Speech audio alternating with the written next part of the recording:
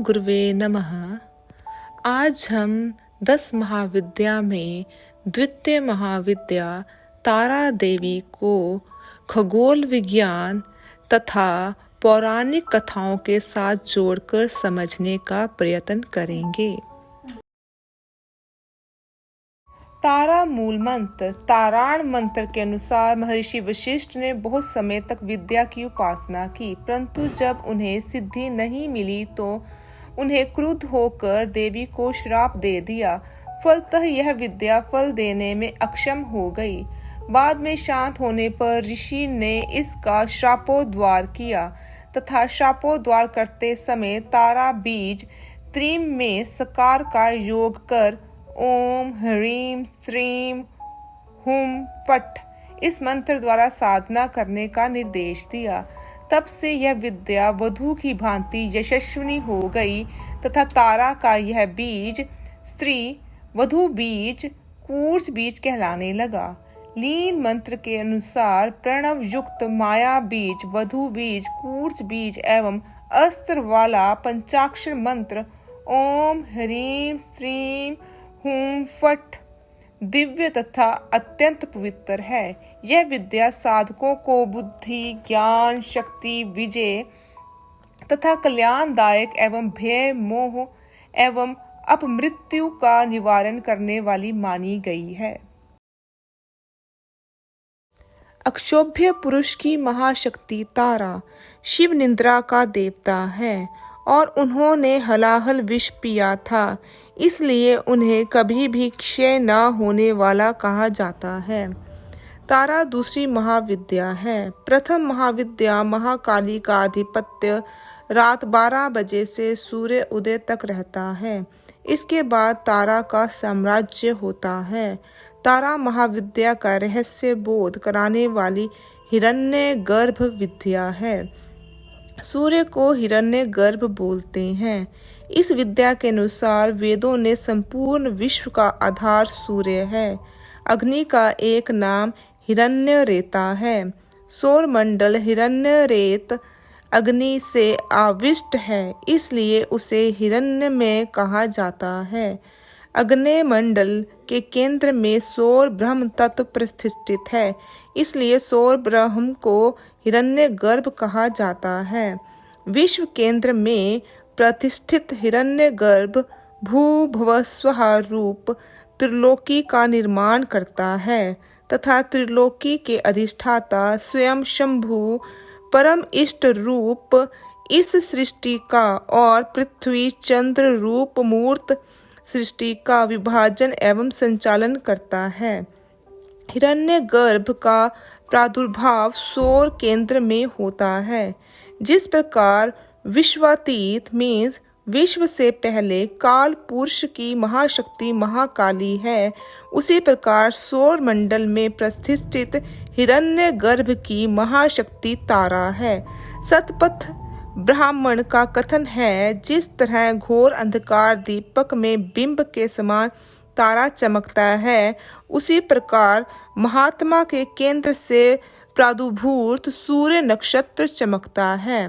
वैदिक सिद्धांत के अनुसार सूर्य स्थिर रहता है, समस्त ग्रह उसकी परिक्रमा करते हैं। यह सूर्य बृहति छंद नाम से प्रसिद्ध विश्व करुधंत के ठीक मध्य में शोभ रहित होकर स्थिर रूप में तप रहा है, इसलिए इसे तंत्र शास्त्र में अक्षोभ्य कहा जाता है। अक्षोभ्य शिव को भी बोलते हैं। वेदों में सूर्य को पहले रुद्र कहा गया है और शिव तथा अघोर रूप से रुद्र के 2 शरीर बताए गए हैं। महासमुद्र मंथन में घर्षण होने से आग्नेय परमाणु उत्पन्न हुआ। तदंतर श्वेता वाराह नाम के प्रजापत्य वायु द्वारा उस केंद्र से संघात हुआ। निरंतर संघात होने से आग्नेय परमाणु पिंड रूप में परिणत होकर सहसा जल उठे। जो पिंड प्रज्वलित हुए वही सूर्य कहलाया। प्रज्वलित रुद्र अग्नि में अन्न भक्षण करने की इच्छा प्रकट हुई। अनाहुति प्राप्त होने से पहले वह सूर्य महाउग्र था और उस महाउग्र सूर्य की शक्ति को उग्र तारा कहा गया। रुद्र अग्नि सूर्य में जब अन्न की आहुति होती है तो वह शांत रहता है और अन्न आहुति न मिलने से वही सूर्य संसार का नाश कर देता है। महाकाली महाप्रलय की अधिष्ठात्री थी। उग्र तारा सूर्य प्रलय की अधिष्ठात्री है। प्रलय करना दोनों का समान धर्म है। अतएव महाकाली और उग्र तारा के ध्यान में थोड़ा ही अंतर है। उग्र तारा चारों भुजाओं में सर्प लिपटे हुए हैं। वह शक्ति प्रलय काल में जहरीली गैसों से ही विश्व का संहार करती है। प्रलय काल में हवा जहरीली हो जाती है, दम घुटने लगता है। इसी का निदान सर्प है। संसार नष्ट हो जाता है। उस शक्ति की सत्ता विश्व केंद्र में बतलाई है। शव रूप विश्व केंद्र में वह प्रतिष्ठित है। इसी रहस्य को बतलाने के लिए शव के हृदय पर इसे प्रतिष्ठित किया है। सौर अग्नि अन्न आहुति बंद होने से प्रबल वेग धारण कर लेती है, साए साए शब्द करने लगता है। इसी का निदान या प्रतीक अट्ठास है। नीलोग्रीव विलोहित के अनुसार उग्र सूर्य नीलग्रीव है, पिंडल है, अग्नि का एक पिंड है। इसकी शक्ति का भी वही रूप है। सूर्य रूप मस्तक भाग से चारों ओर फैली हुई रश्मियों का भी यही स्वरूप है। ये रश्मियां ही उसकी जटाएं हैं। प्रति सौर रश्मि में उस महाभीषण काल में जहरीला वायु भरा रहता है। इसी स्वरूप को बतलाने के लिए निविश लपिंगल जटा जटे ना गए युर्ता यह कहा गया है। वह महाशक्ति इसी उग्र रूप में परिणत होकर विश्व का संहार करती है। यही दूसरी सृष्टि धारा है। महाकाली रूप विश्वतीत, विश्व से पहले तत्व के अनंतर सूर्य रूपा इस दूसरी महाशक्ति का विकास होता है। दूसरी 10 महाविद्या तारा की 4 भुजाएं हैं और चारों में सांप लिपटे हुए हैं। वह देवी शव के हृदय पर सवार होकर अट्टहास कर रही है। उसके हाथ में खप्पर है। वह नीलग्रीव है, पिंडल है और उसके नील विशाल जटाजुटों में नाग लिपटे हुए हैं। उग्र तारा शक्ति प्रलय काल में विषाक्त गैसों से संसार का संहार करती है। प्रलय काल में वायु दूषित होकर विषाक्त बन जाता है। वह विशालेपन का प्रतीक सांप है। उग्र तारा की सत्ता विश्व केंद्र में रहती है। प्रलय हो जाने पर जब विश्व शमशान बन जाता है, शव रूप हो जाता है, तब उग्र तारा इसी शवरूप केंद्र पर आरूढ़ रहती है। यह शव के हृदय पर सवार होने का प्रतीक है। रुद्राग्नि अनाहुति न मिलने से प्रलय तीव्र रूप धारण कर लेता है तो यह साए साए शब्द करने लगता है। यही तारा का अट्टहास है। प्रलय काल में पृथ्वी और चंद्र तथा उसमें रहने वाले सारे प्राणियों का रस श्री उग्र सौर ताप में सूख जाता है और उसका रस भाग उग्र तारा पी जाती है। रस प्राणियों का श्री भाग है।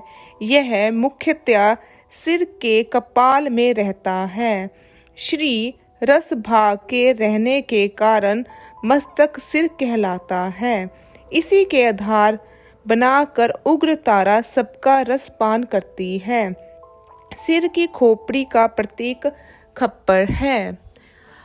इसको हम सरल शब्दों में आगे समझ सकते हैं कि जो प्रथम उग्र तारा अपने उग्र तथा भयानक रूप हेतु जानी जाती है। देवी का यह स्वरूप अत्यंत उग्र तथा भयानक है। ज्वलंत चिता के ऊपर शव रूपी शिव या चेतनहीन शिव के ऊपर देवी प्रत्यालीढ़ मुद्रा में खड़ी है। देवी उग्र तारा तमोगुण संपन्न है तथा उसके साधकों भक्तों के कठिन से कठिन परिस्थिति में पथ प्रदर्शित तथा छुटकारा पाने में सहायता करती है।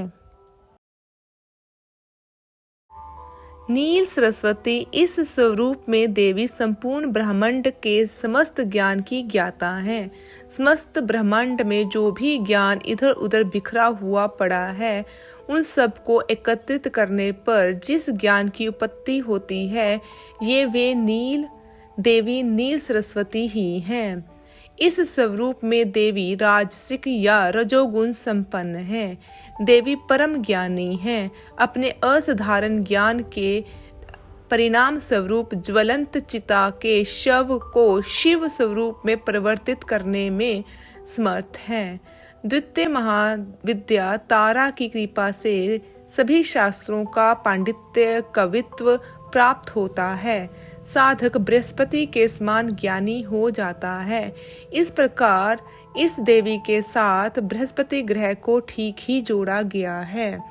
वाक सिद्धि प्रदान करने से ये नील सरस्वती कही जाती है। सुख मोक्ष प्रदान करने तथा उग्र आपत्ति हरण करने के कारण इन्हें तारिणी भी कहा जाता है। आगे हम एक कथा में जानेंगे कि किस प्रकार राम अवतार के साथ महाविद्या तारा को जोड़ा गया है। सर्वप्रथम स्वर्गलोक के रतन द्वीप में वैदिक कल्पोक्त तथ्यों तथा वाक्यों को देवी काली के मुख से सुनकर शिव जी अपनी पत्नी पर बहुत प्रसन्न हुए। शिव जी ने महाकाली से पूछा, आदि काल में अपने भयंकर मुख वाले रावण का विनाश किया, तब आश्चर्य से युक्त आपका वह स्वरूप तारा नाम से विख्यात हुआ। उस समय समस्त देवताओं ने आपकी स्तुति की थी तथा आप अपने हाथों में खड्ग, नर मुंड, वार तथा अभय मुद्रा धारण की हुई थी। मुख से चंचल जिह्वा बाहर कर आप भयंकर रूप वाली प्रतीत हो रही थी। आपका वह विकराल रूप देख सभी देवता भय से आतुर हो कांप रहे थे। आपके विकराल भयंकर रुद्र रूप को देखकर उन्हें शांत करने के निमित्त ब्रह्मा जी आपके पास गए थे। समस्त देवताओं को ब्रह्मा जी के साथ देखकर देवी लज्जित हो आप खड्ग से लज्जा निवारण की चेष्टा करने लगी। रावण वध के समय आप अपने रुद्र रूप के कारण नग्न हो गई थी तथा स्वयं ब्रह्मा जी ने आपकी लज्जा निवारण हेतु आपको व्याघ्र चर्म प्रदान किया था। इसी रूप में देवी लंबोदरी के नाम से विख्यात हुई। तारा रहस्य तंत्र के अनुसार भगवान राम केवल निमित्त मात्र ही थे। वास्तव में भगवान राम की विध्वंसक शक्ति देवी तारा ही थी, जिन्होंने लंकापति रावण का वध किया। एक जटा यह देवी का तीसरे रूप या नाम है। पिंगल जटा जुट वाली यह देवी सत्व गुण संपन्न है तथा अपने भक्त को मोक्ष प्रदान करती है, मोक्ष दात्री है। ज्वलंत चिता में सर्वप्रथम देवी उग्र तारा के रूप में खड़ी है। द्वितीय नील सरस्वती शव को जीवित कर शिव बनाने में सक्षम है तथा तीसरे स्वरूप में देवी एक जटा जीवित शिव को अपने पिंडल जटा में धारण करती है या मोक्ष प्रदान करती है। देवी अपने भक्तों को मृत्युपरांत अपनी जटाओं में विराजित अक्षोभ्य शिव के साथ स्थान प्रदान करती है या कहें तो मोक्ष प्रदान करती है। देवी अन्य 8 स्वरूपों में अष्ट तारा समूह का निर्माण करती है तथा विख्यात है।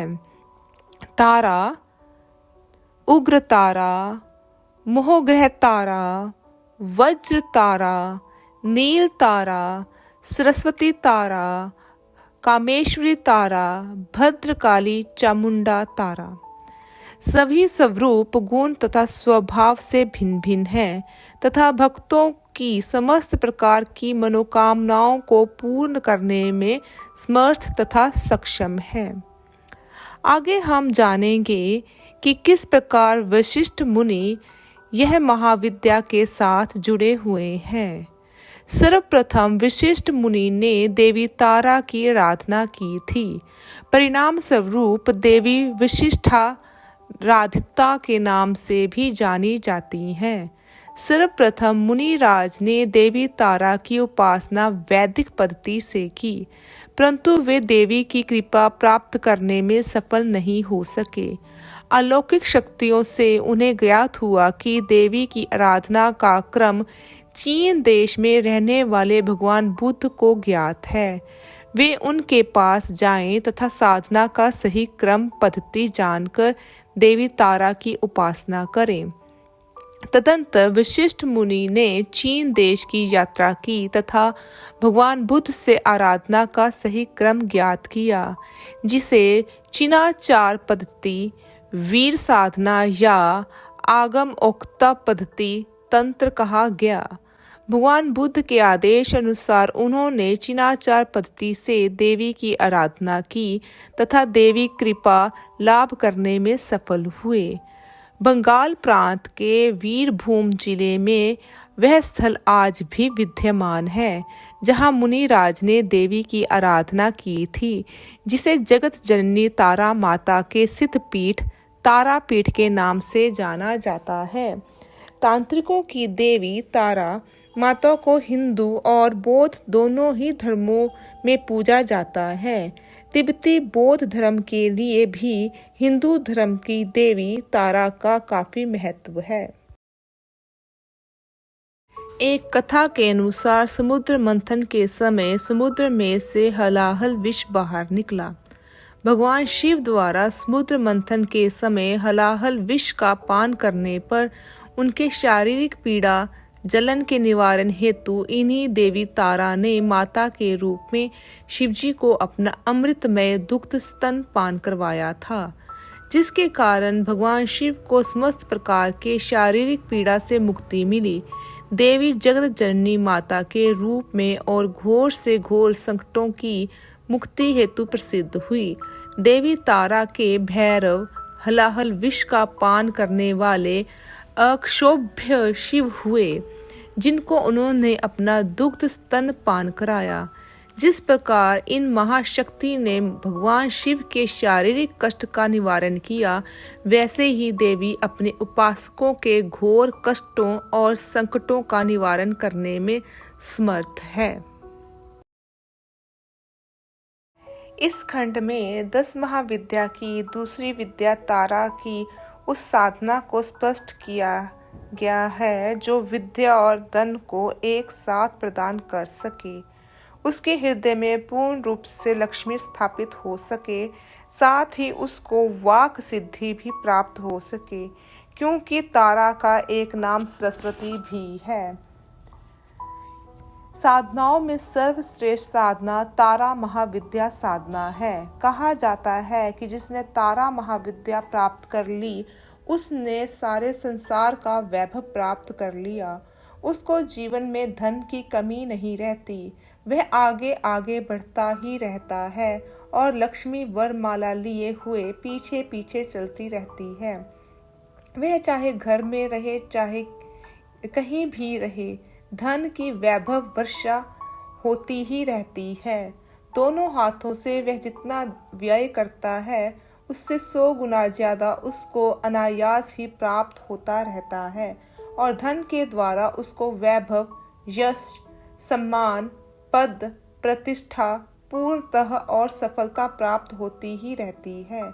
तारा, सरस्वती तथा अन्य साधनाओं के बारे में सैकड़ों ग्रंथों में सैकड़ों प्रकार से लिखा गया है और उन्हीं सभी साधनाओं को आजमा कर देखा गया है। तब यह एहसास हुआ है कि अधिकांश साधनाएं अपूर्ण या न्यून हैं, कहीं ना कहीं उनमें न्यूनता, और यही कारण है कि हम जितना प्रयत्न करते हैं परिश्रम करते हैं वह बेकार चला जाता है।